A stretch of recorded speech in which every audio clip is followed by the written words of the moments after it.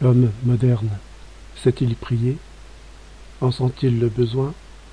Le chrétien lui-même a-t-il du goût pour la prière? Y en est-il porté?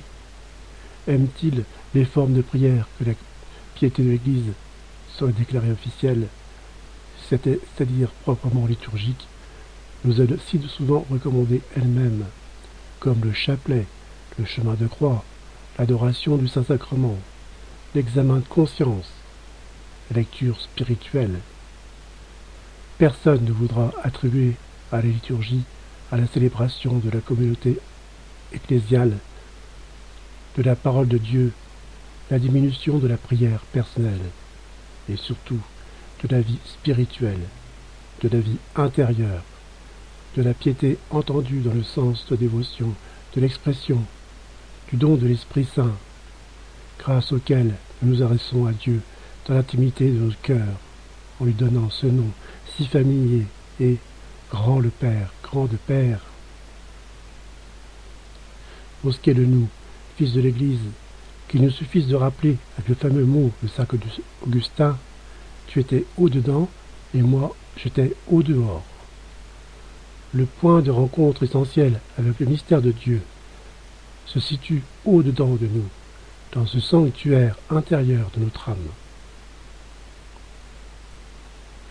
Saint Paul VI. Certains chrétiens ne prient pas parce qu'ils ont déformé leurs priorités. Une priorité est l'importance que vous accordez à quelque chose, et les chrétiens qui négligent la prière ont déformé leurs priorités. De nombreux croyants déclarent qu'ils prient si et quand ils en trouvent le temps.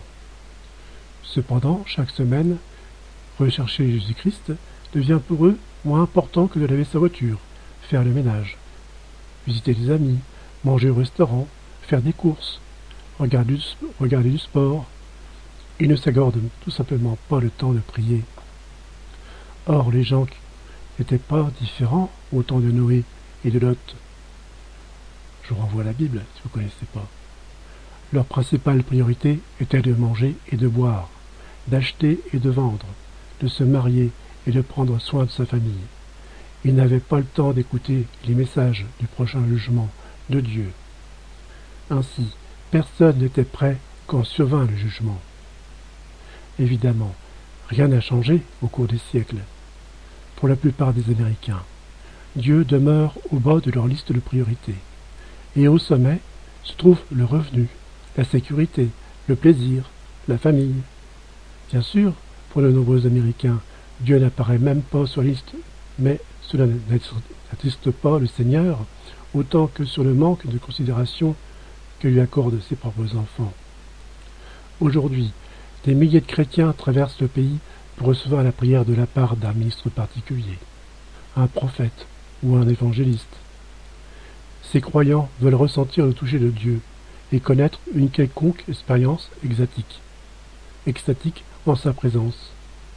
Mais même s'ils obtiennent ce qu'ils ont recherché, l'expérience ne dure qu'un court moment, et, ironiquement, tout ce temps où ils ont voyagé et recherché le toucher de Dieu, ils n'ont même pas passé 5 minutes en prière. Bien-aimés, le Seigneur ne désire pas vos restes. Ces petits bouts de temps où vous avez simplement le temps de formuler une rapide requête, ce n'est pas un sacrifice de prière, c'est une offrande boiteuse et elle souille l'autel. Le prophète Malachie écrit « Quand vous offrez un sacrifice, une bête aveugle, n'est-ce pas mal? Quand vous offrez une boiteuse ou infirme, n'est-ce pas mal?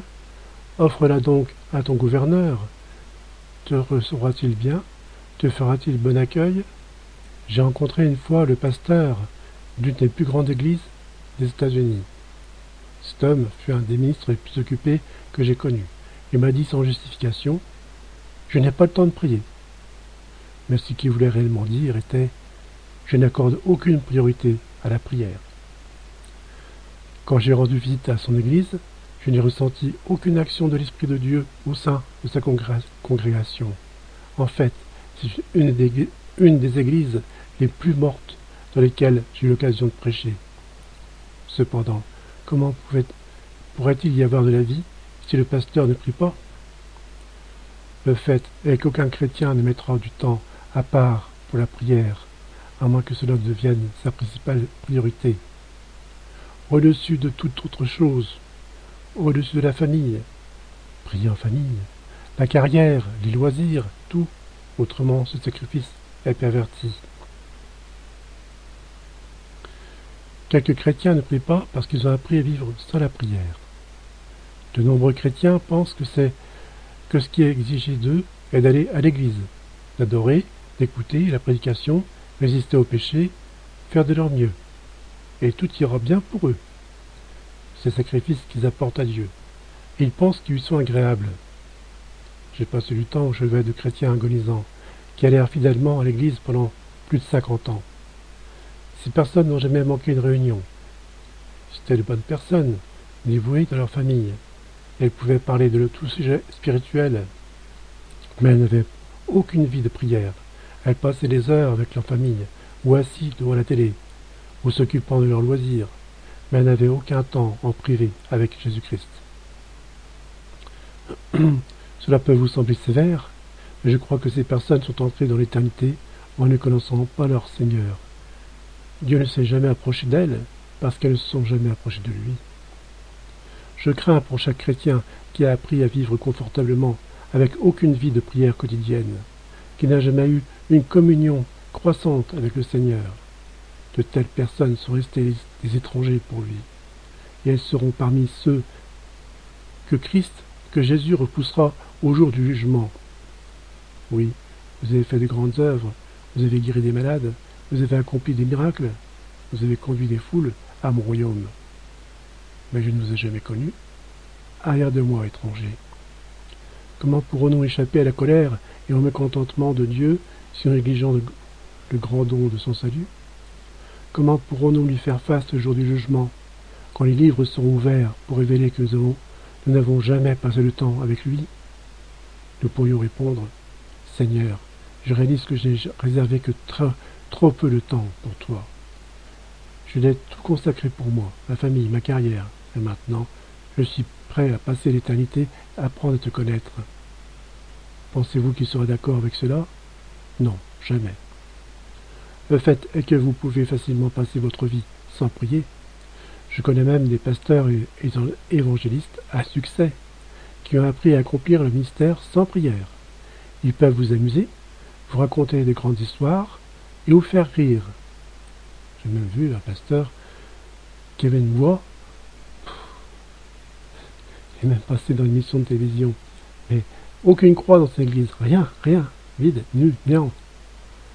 Mais ils ne peuvent pas vous convaincre, vous changer, vous inciter à rechercher la face de Dieu.